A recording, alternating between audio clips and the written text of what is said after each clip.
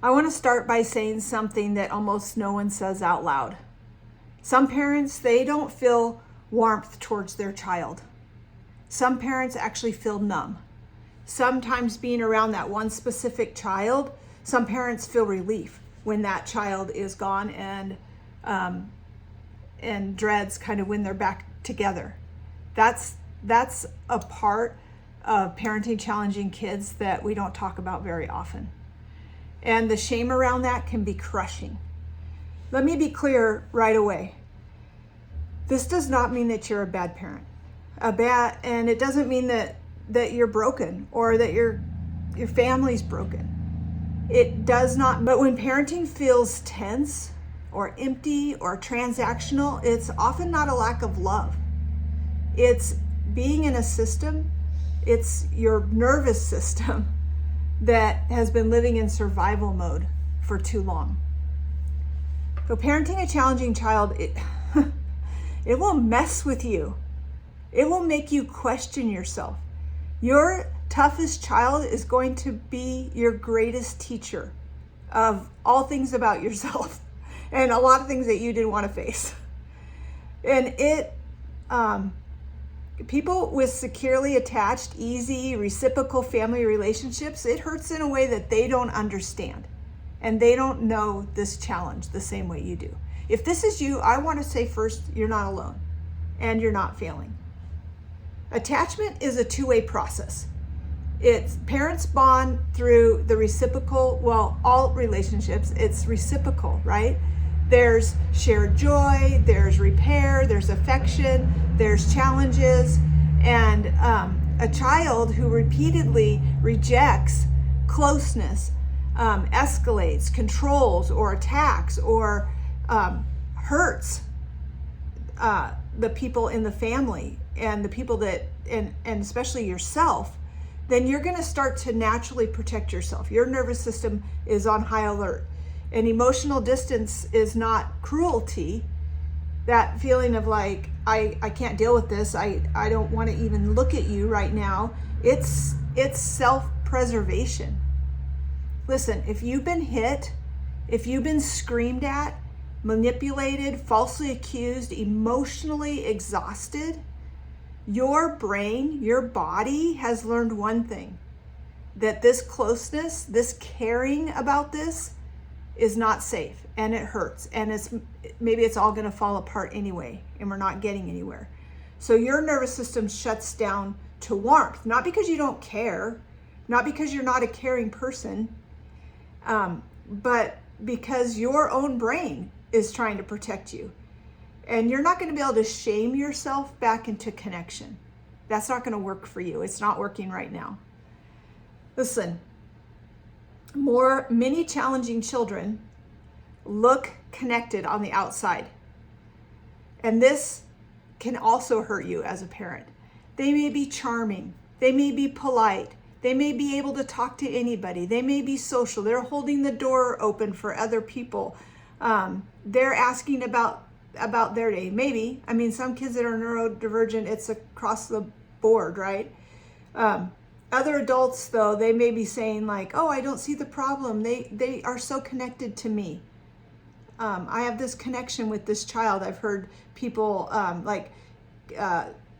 support teams at school say that come in for 5 minutes during a child's meltdown. Oh, this child's connected with me. But attachment, that's not how that works. Attachment is not about friendliness. It's not even about eye contact. And it's not about affection. Attachment shows up when expectations, limits, vulnerability, or disappointment enter the room. That's when you know. When a child will go to anyone, seems like they trust everyone, they charm everybody, but then they melt down the minute they're asked to do math, clean their room, have to tolerate a no. They don't trust. They're not trusting you.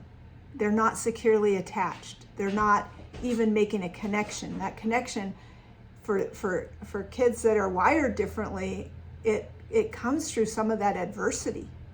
Secure attachment is not based on who a child likes. It's who they actually struggle with. And part of that, so part of that is that attachment kind of looks like rejection. It's that, and that's the part that breaks parents. Because when attachment repair begins, a lot of times that behavior starts to get worse, not better. So you're going to maybe see more defiance, bigger meltdowns, control battles, provoking emotional dysregulation. Maybe it's just your child daring you to hold that boundary. I've had a lot of kids that have gone from multiple schools or multiple placements or, multiple different kinds of, people trying these different things, and they're like, oh, I can't do that. You can't make me do that. I have ADHD. I can't do it. And parents will think this is not working. I don't want to be their safe person, right? That this is what they're doing. But what's often happening is that this child is testing, and not that they're waking up and thinking, how can I test my parent today? They're not conscious of it. It's almost like before we stand on a stool, we might test it first to see if it's stable. We're not necessarily thinking like, it all out. We just test it.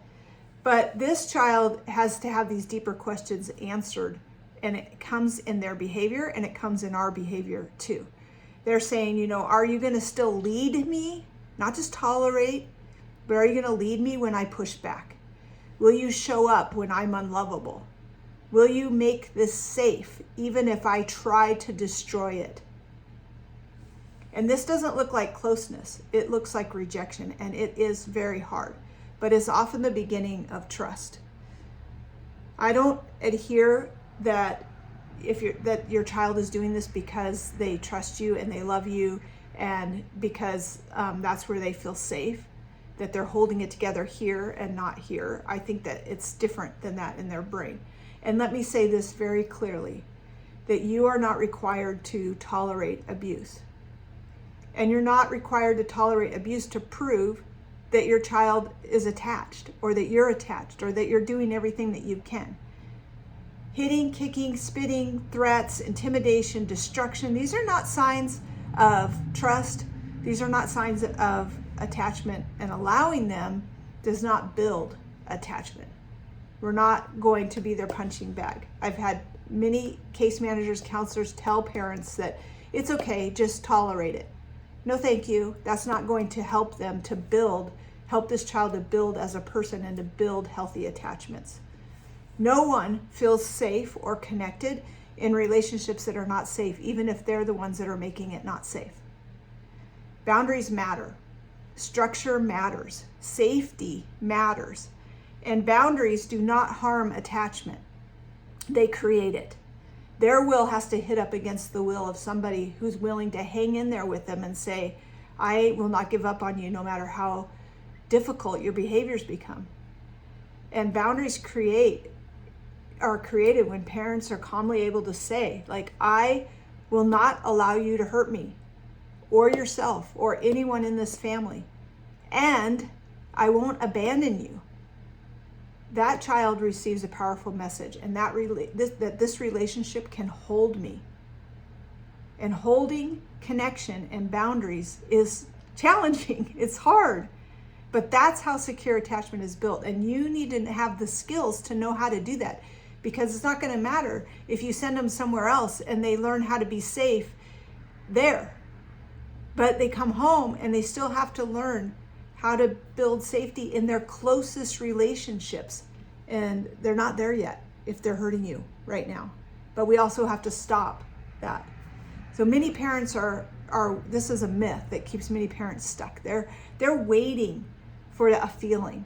They think, if this were working, I would feel closer. If attachment were healing, then I would feel warmer towards this child. I would feel more connected. But now, after this many years, I feel less connected. I feel more protective of myself. And if I were doing this right, maybe this wouldn't hurt so much. But early attachment repair, it rarely feels good. And it feels exhausting. lonely, thankless. I want to take you back to new babies, newborns. I don't know if you had your own biological children, if this is your biological child, but when they are little, when they first come in this world, no matter what else is going on, they need that early attachment, and it's their survival. And it doesn't feel good. You're tired. Remember how tired you were when they were little? And this is exhausting, but this is exhausting too. And so when we're doing attachment repair and we're working on building connections for them to learn how to connect, not for you. I'm okay if you feel disconnected. I can give you the tools that you can still do the things you need to do, even if you're not feeling it. It's exhausting and it's lonely and it's tiring, just like it is when they're really little, because it is very young, emotionally brain-based work that you're doing in your child. And if you're waiting for affection, for gratitude, for even just a glimpse of empathy or concern for your feelings as proof, it's likely you're going to miss the real signs of progress. Attachment doesn't mean that you or your child feels warm and cuddly, especially at first. And so progress looks different. Real attachment growth often looks like, at first, bigger reactions to boundaries. They're hitting up against that wall. And it looks like,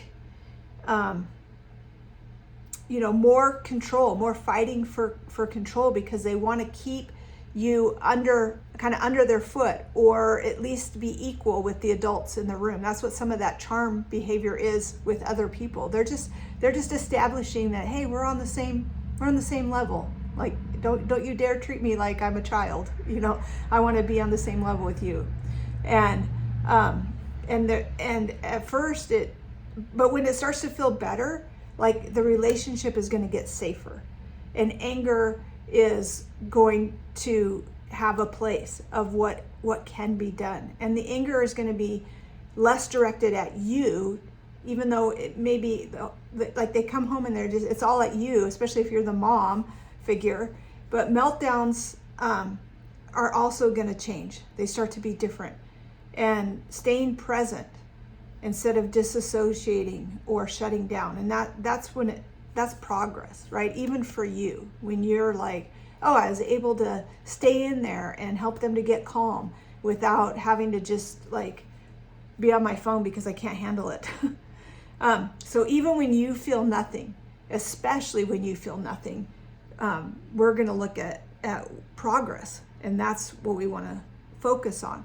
Your child doesn't need you to be perfect, and they don't actually need you to love all the things all the time. They need a parent who's steady. They need a parent who shows love through care, through building structure and safety. A parent who stays present even when it's easier to shut down. A parent who leads when connection doesn't feel rewarding. And a parent that leads in ways that really help their brain, not by trying to talk them into going your way. This kind of parenting that I'm talking about, it changes their brain. It will change the trajectory of where they're headed. And it changes how your child is going to do relationships in the future. And I think that when you realize that when you have this specific kind of help that you need for this child right now, that the results are not all in the right now, but you're changing their brain for how they're going to function later. So those worries and fears that you have about, like, oh, if it's this bad right now, what's it going to be like when they're a teenager? What's it going to be like when they have their own, families or relationships? Like, you're doing the work now for that time. And it's when you change the trajectory, it's hard to really show you that the thing that you're worried about next month is going to look different next month when you're doing this work. So even if you don't see it in the moment, even if you never see it before they leave home, if this feels unbearably hard and you feel completely unseen and lonely, I again want to remind you, you're not doing it wrong. You're doing something very real, very concrete and something that you probably don't know is that you're closer than you think. That you're closer than you think.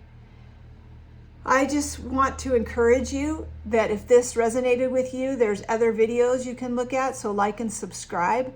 But also go to the website, parentingchallengingkids.com, fill out a form so that we can stay connected and you can get more tips and help and support when you need it. Thank you so much for listening.